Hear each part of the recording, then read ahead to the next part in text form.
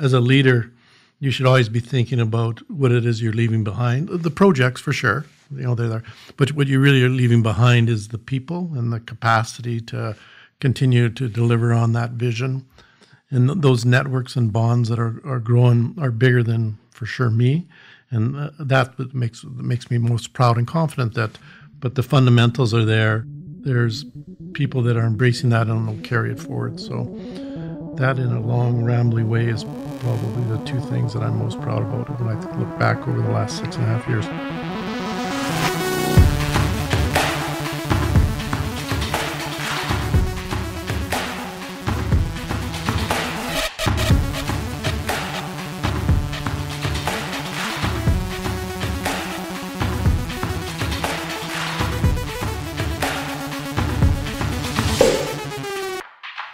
After more than 6 years leading the organization, I'm sad to say Steve MacDonald is retiring and stepping down from his position as Chief Executive Officer for Emissions Reduction Alberta.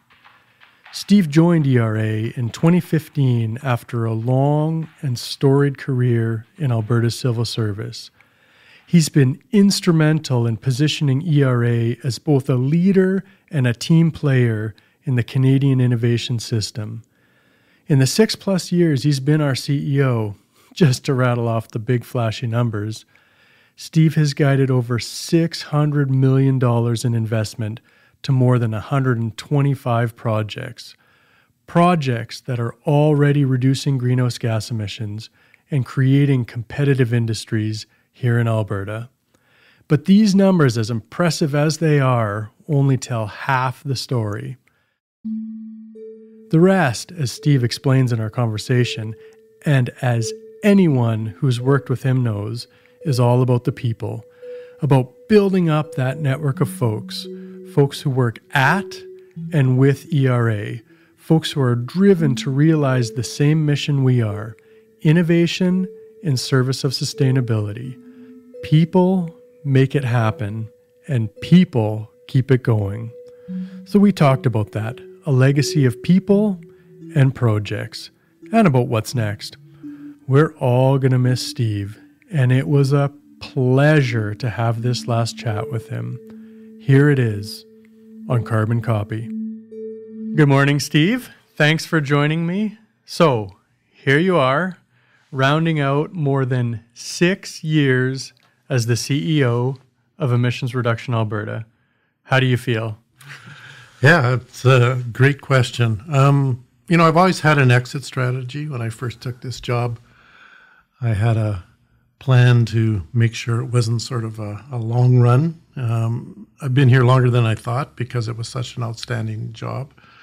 So it's a bit of mixed feelings. One is, it's time to go on. All CEOs have their best before date, and you need to know that and allow the organization to change and grow without your grip on it. It's been such an amazing job with working with great people and making a difference that I've really enjoyed it. And I will look back with great fondness on the people and the work we've done. So it's one of those times where, excited about what the future will bring, privileged about what the past has given me, and just trying to digest it. And then come next week when I wake up and I'm retired, I'm sure that I'll continue to have mixed feelings for a while. So let's think back on your first day, or even the days leading up to your first day as CEO of the organization. What was on your mind at that time, and what did you want to accomplish coming in to lead the organization? Yeah, I spent a number of years in government before I took on this role and had a number of challenging files. So really when I contemplated joining the team, it was really about how can I move into a place that's purpose-built to be solutions-focused. And that's what was so cool about ERA. It wasn't sort of a vague mandate with vague outcomes. It was really very, very specific about what it was designed to do. And so that was very appealing to me. And I wanted to continue to make a difference. And this organization seemed like it was going to be that platform. It had already achieved great things. I sure can't take credit for all the good work that happened before me that we built on. But I really saw it as an opportunity, given the change in design of the organization from being a virtual organization to be more traditional. Gave me a chance to sort of put my fingerprints over it in terms of the vision, the mandate, put together a team. In those first days, it was as some of the early thoughts were, where am I going to sit? Because before COVID, having an office was important. So even something as fundamental in that. But it really was an opportunity to continue in sort of that public service, making a difference, and it delivered on all those fronts. We've sure come a long way. So if you think about what's happened around us since then, how has the innovation system changed? Yeah, I think it's become sort of the key engine of economic, environmental, and social transformation. It was always there, but I think the world sees innovation as the solution to many of the complex problems we're facing. And I would say because of that, the system has changed in terms of the amount of money available, public money and private money. I think it's changed in terms of the alignment. We've learned, certainly with ERA and our partners, that we need to work together to be clear on roles and responsibilities, to have shared outcomes and be clear where the handoffs are. I think there's been a lot of good work in terms of setting priorities, strategic plans that are based on innovation as one of the levers to achieve the outcomes. So I think that's great. And I think the other thing about innovation, especially in the space that we operate around sustainability, is that the innovation isn't sort of driven by some regulatory or government imperative. It's being driven by investors, industries, and customers demanding better outcomes. And so it's clear that solution lies in the innovation space. So, I think there's been a lot of acceleration, a lot more capacity added, and I think some clear expectations of what are the outcomes we hope to achieve through innovation. Well, it's a really good news story. Now, I'm curious if you can share with us maybe some of the struggles you've had and obstacles you've had to overcome at the helm of ERA. Yeah, there's, really, it hasn't been a struggle. It's we're a nimble organization with talented people that are focused on solutions, not sort of on agonizing over the problems. I think building that credibility has been one of those opportunities that we faced. There was a bit of a reputation that early stage ERA wasn't as connected to industry and government and innovators as it should have been in terms of setting priorities, making choices. And I think we needed to reconnect, build stronger bridges, communicate better, engage more often. And I think we did that very well. I think being clear on where we need to play, what our portfolio mix should look like, was another opportunity that we had to pursue and make sure that we had that compelling narrative for ourselves about what we're trying to do and how we're going to do it. Funding is a perennial problem, and it's not so much about the amount of money. We've been very successful in demonstrating our value to government, and they've provided us with significant funds. But it's more about the certainty and long-range planning that we need around funding, that rather than sort of we understand what we're getting 3 months before we get it, to actually have a 3-year funded business plan, I think would be a success that we didn't quite achieve. Again, I think we've been very successful in the amount of funding, but more predictability there. And I think, making sure that we've been adaptable and continuously improve our processes and our outcomes and our people, to be candid with you. That's been, again, a real opportunity and one we've risen to. We haven't rested on our laurels. I think we had a great reputation, did good work, got good outcomes, but we always recognized that there was an opportunity to do better, and we did that consistently. And it was it's hardwired in the ERA culture. We fund innovators, and we're innovative in terms of how we design and deliver programs and services. I think the other thing is, as you grow as an organization, there's all kinds of pressures in terms of the people side. How do you attract good people, retain them? We've done a lot of work in sort of creating an organization that has, a solid compensation plan, office space, all those pieces that good employees demand. And so that's been a real opportunity to grow and develop in that space. So I'd say those are the major things. And, we've been gifted with a sophisticated, thoughtful, respectful board. And often organizations that are board governed, that's a challenge, sort of aligning yourself with the board and making sure they're adding value and their nose in and fingers out. And our board has been outstanding that way. And I think industry and others have stepped up. So the upsides have been far greater than any sort of bumps in the road. But like any organization, there's been growing pains, but I think we've met them all, and we're better and stronger because of how successful we've been.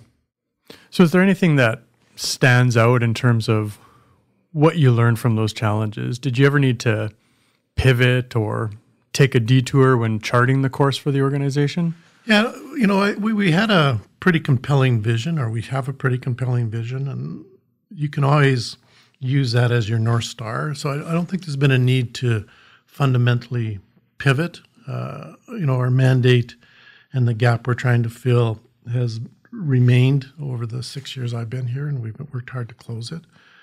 But as I said, in terms of continuous improvement, we have made changes to ensure that we're maximizing our value. And COVID would be a good example where, innovation requires us and the innovators to put lots of pieces in place in terms of supply chains, sites, a whole bunch of different pieces. And COVID blew that all up. It created uncertainty. And so we paused and said, what is it about our funding that can be helpful in this situation? What is it about our contribution agreements that is designed in a period that didn't include a lockdown of the economy and broken supply chains and uncertainty in terms of the availability of employees? And we went through things and we adapted there. We pivoted in the sense of the rules were designed for a different time and place. We needed to make sure that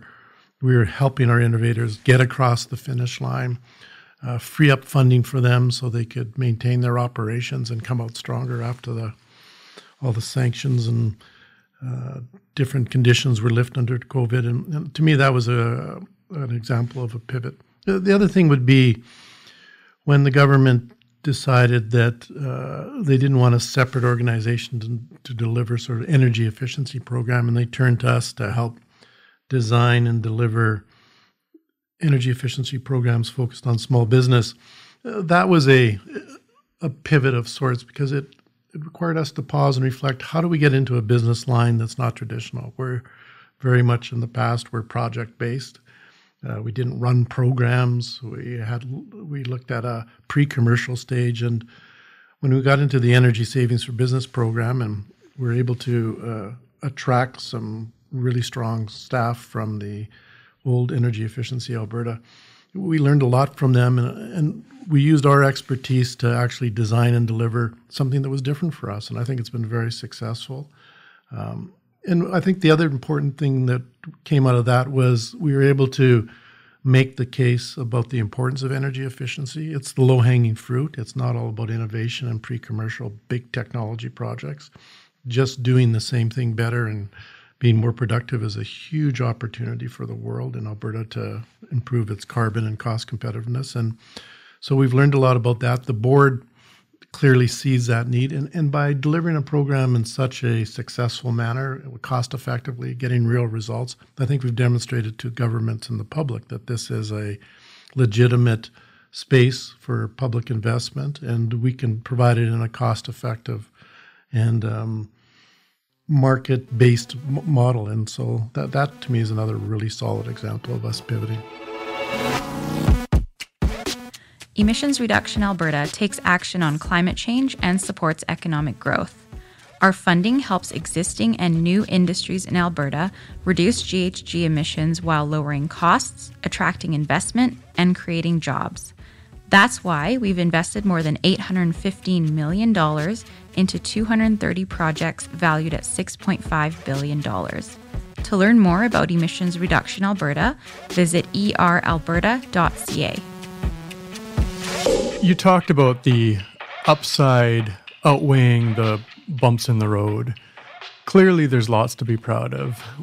What would you say makes you the most proud thinking about the legacy of your tenure here? People often ask me, what's my favorite project? And I'd probably start there. It's sort of like asking, who's your favorite kid? There's elements of them all I like. And, I'm really proud of our portfolio approach and the range of projects we have. They cross all sectors. We're certainly not focused on just oil and gas, because the solutions that oil and gas is searching for are the same solutions that agriculture, the electricity sector, and all the large industrial processes are looking for. So I'm really proud that we were able to ensure that we were searching the market for the right technologies, as opposed to we need a solution for methane or we need a solution. It's about technology, not the sector. The other thing is, it's the people piece that's so important. I've been very fortunate throughout my career to attract smart, motivated people, people that are driven to achieve good results, that are respectful, that are kind. And within ERA, I was able to do that once again. And I'm always humbled by that. And not just our staff. I think we were able to create trusting, positive relationships with elected officials, even through changes in government and leadership. I think we're, in terms of the Alberta Civil Service and the Federal Civil Service, they recognize that we're focused on the outcomes. We're not trying to build an empire. We listen to their advice. We demonstrate value. And as I always say, whenever I meet with them, I'm there to help them solve their problems. I don't want to go there with a complaint to say, here's my problem, please fix it. And I think they see that and respect that. And that's allowed us to become a trusted advisor and to punch beyond our weight in a whole bunch of areas that are important for the file that we're focused on. I'm also incredibly proud of our relationship with industry. We make it clear to them that we're here to solve their problems. We're not here to tell them what the solutions are. We engage with them in a sincere way where we're listening for their advice and suggestions on where we should be directing our funds, the design of our programs in terms of timelines, the nature of our contracts. So very much they've seen us, hopefully over the last 6 years, being responsive and focused on the problems that they want to solve, because that's our raison d'etre for sure, is that we're trying to develop solutions where there's a customer and a problem that industry needs help solving. And I think we've done a good job on the people side around innovators. We've always had an open door policy. Lots of people I've met over the years have exciting, passionate ideas about how they're going to solve the challenges of whatever sector around greenhouse gases. And it's fascinating just to see the brilliance, the passion, the commitment from the innovator community. And I think that's been really important for us to be successful, is that we've created that network of stakeholders, shareholders, partners, whatever you want to call them, to deliver the kind of outcomes. So, the projects for sure, because we can't identify and fund and help accelerate projects, we're not being successful. But it really is about the people that's been the greatest gift. And, as a leader, you should always be thinking about what it is you're leaving behind. The projects for sure, they're there. But what you really are leaving behind is the people and the capacity to continue to deliver on that vision. And those networks and bonds that are growing are bigger than, for sure, me. And that makes me most proud and confident that, back to your first question, Mark, about how am I feeling, the time is right because those pieces are in place. They'll change. People move on, but the fundamentals are there. There's people that are embracing that and will carry it forward. So that, in a long, rambly way, is probably the two things that I'm most proud about when I look back over the last 6.5 years. Yeah, thanks very much. You know I'm a technology geek, and I'm going to circle back one more time at least to the projects, and I'm going to ask you on air to name some of your favorite children. Since you started in 2015, you've guided about $600 million in investments to more than 125 projects. Those are truly impressive numbers. Can you name or talk about some of the projects that stand out to you? Are there any that you tell your friends or your family or your neighbors about, sharing only non-confidential information, of course? Of course. Yes, always discreet.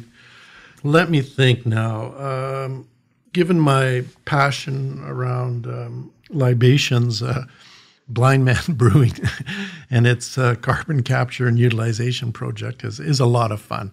And I giggle about that one, but it makes it practical for people to understand carbon capture and utilization. It's a simple model.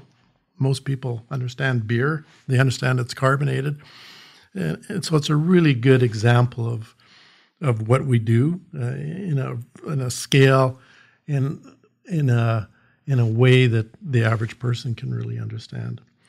When I joined ERA, there was a grand challenge around carbon capture that was underway, and that was probably my first introduction to sort of the thoughtfulness of ERA, that this is an area where we need to advance some technology, and rather than sort of look for that later stage, that we would actually shepherd along some projects from earlier stage technology readiness level all the way up to actually the construction of a facility that delivers the final outcomes. And there were some really cool projects in there because they also taught me that you need to be open-minded about where the solution space may lie. Carbon capture, I often thought about it, power companies or other point sources like this, but some of the most exciting projects there were around sequestering carbon in concrete and cement. And Carbon Cure was a project that went sort of all the way. It won the X Prize. It's gone multinational in terms of its where its pilot plants are operating. So to me, that was a really cool, because it sort of forced me to think outside the box and not come with assumptions about exactly what the application may look like in many ways. I really like the agriculture space. I think it's often forgotten that in Alberta, we're often consumed with sort of how do we get down the carbon footprint of oil and gas, but the agriculture space has huge potential in terms of applications. There's some really neat stuff we did around, biofuels. There's some cool stuff around feed additives. So those projects are neat. And the renewable space, we've done a sort of that industrial scale solar and some wind projects. I'm proud of those because they make it real for people. It's not sort of the theoretical, how you're going to turn bitumen into some other products or nanotubes or whatever. They're real, they're on the landscape, and they demonstrate Alberta gets it and can actually deliver this sort of technologies in the business systems and integrate it into an existing grid and actually deliver the results. So those have been very, very cool. More recently, we just did a challenge around the circular economy. Personally, I think that's critical because it's not so much that we're going to reduce emissions will be the entire solution. We need to reduce what we use. We just can't use the same volume of products and services we have in the past. And the circular economy sort of allows us to think that through. How do we actually design products and services that can be reused rather than thrown away?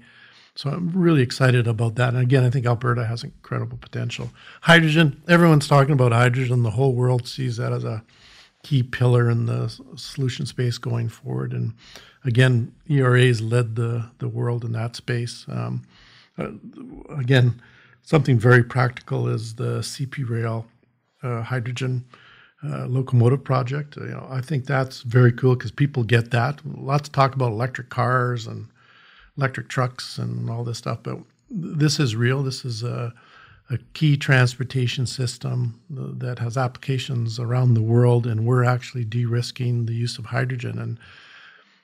And all these projects, we look not just at the supply side, but also the demand side, and this is a perfect example. We're going to create the demand for a hydrogen economy, and that'll focus us on, okay, how do you be successful on the supply side where Alberta has some real competitive advantages. So those are just a few proof points, and I could go on, but I think this is only a 30-minute conversation.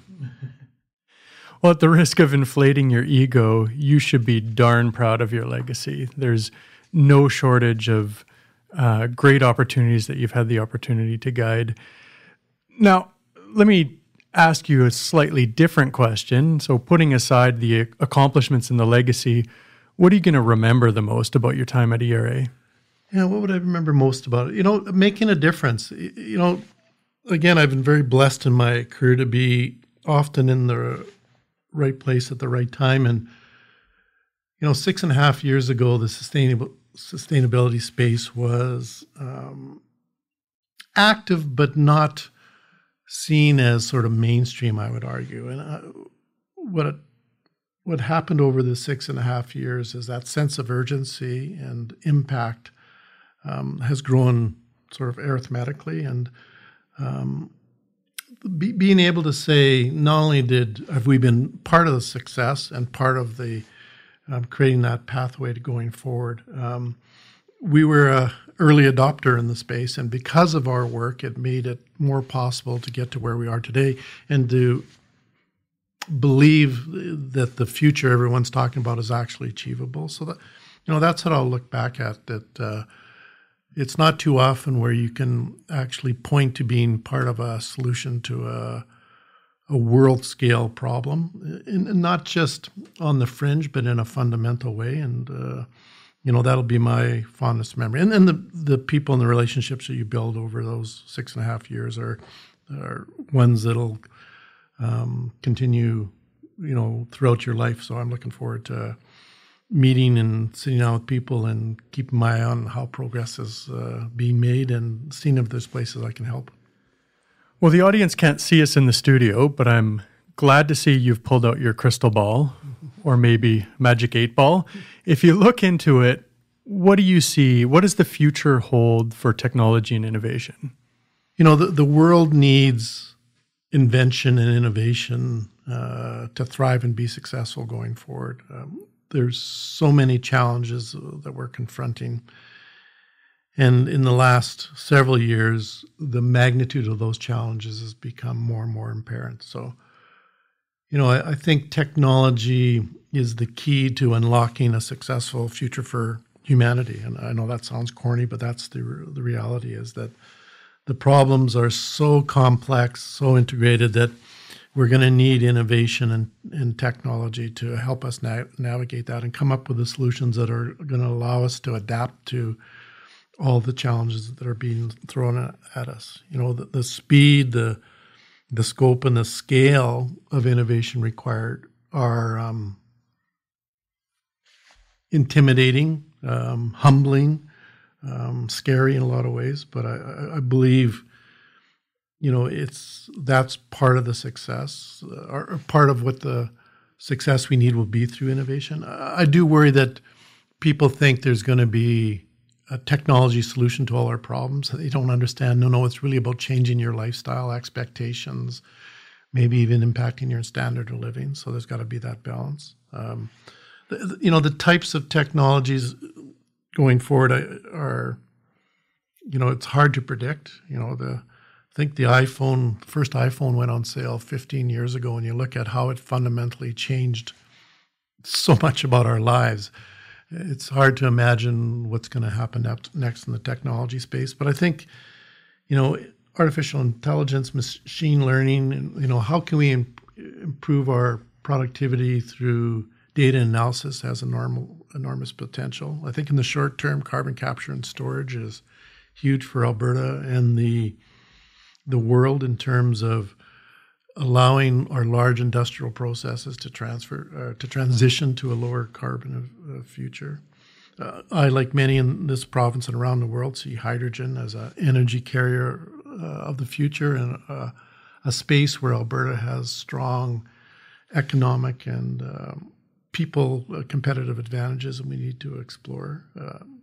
I think energy storage is another key that needs to be found so we can unlock renewables in a way that's meaningful and continue to have access to reliable, affordable, and sustainable energy sources.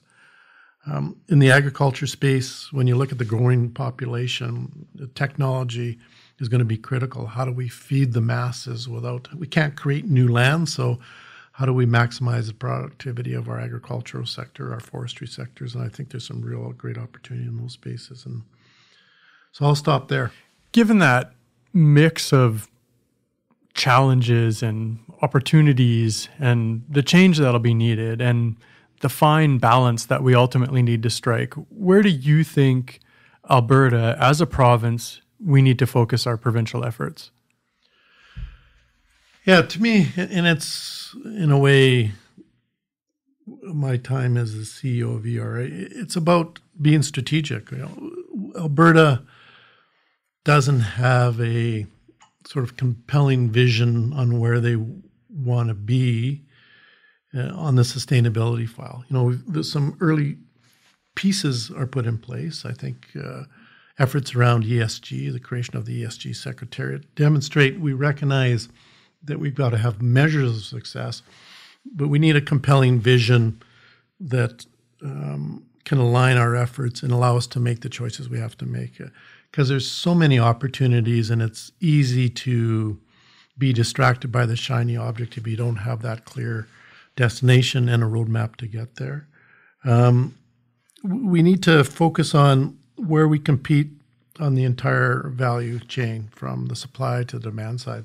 I do worry that Alberta has a bit of a we can do it all attitude, and that's not realistic given our size, our geology, our geography. We have to choose where on those value chains we can really have a competitive advantage and make a difference in terms of the supply side for new energy sources, or on the demand side in terms of the manufacturing and use of new energy sources. So I think that's important. We got to be clear on choices and then go big. The other thing I worry is that we sprinkle a little money here, a little money there, and we're not putting in the effort and the level of financial and people commitment we need to be successful. Because Alberta really does have a gap between its reputation and reality perceptions out there. The Canada West Foundation recently put out a paper on that, and you need to close that gap by taking action and delivering results. It's not about branding or a communication strategy.